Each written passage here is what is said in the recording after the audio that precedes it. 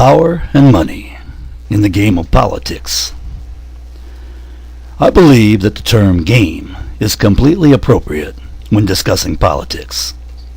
After all, isn't politics a series of strategic planning implemented to ensure one political party's candidate's success, while at the same time diminishing the opposition party's candidate's chance of success?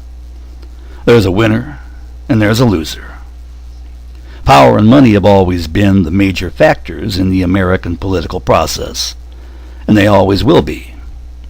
Power and money are the game pieces, as well as the barometer by which the players are measured against each other in the political game, as we know it today.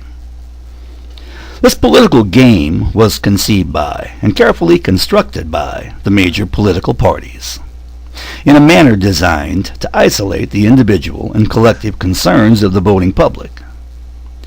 No matter how often you hear that the major political parties want to encourage all citizens to vote, that simply is not the case. They're very pleased with low voter turnout because they feel that low turnout enables them respectively to have a better chance to control any given election's results due to their registered party supporters. They fear higher voter turnouts for elections because higher turnouts usually feature a higher percentage of independent-minded voters, and therefore are much less predictable. The non-voter is a politician's best friend. A non-voter is playing the game exactly as the major political parties designed the game. In their game for the last several years, there's only been 5 chairs at the game table, and none of these chairs have been reserved for the voting public.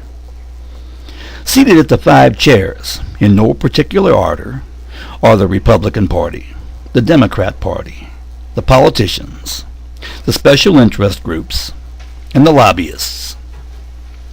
Now you have to give credit where credit's due.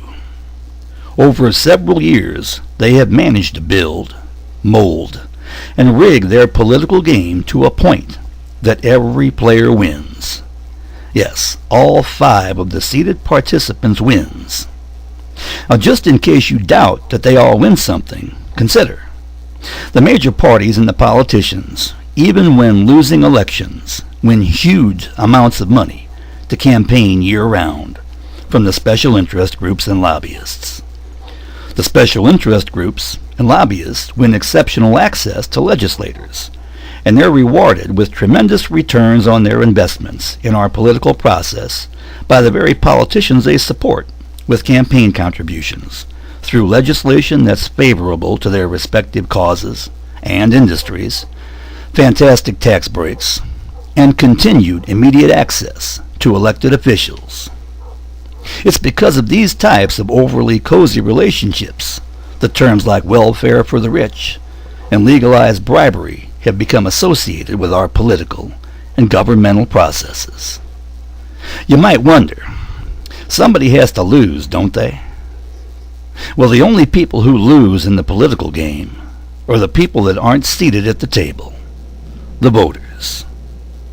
Fellow voters, they are never going to invite us to join their game, because the very minute we pull up a chair to their game table, no longer will they all be winners all the time. We will finally start winning.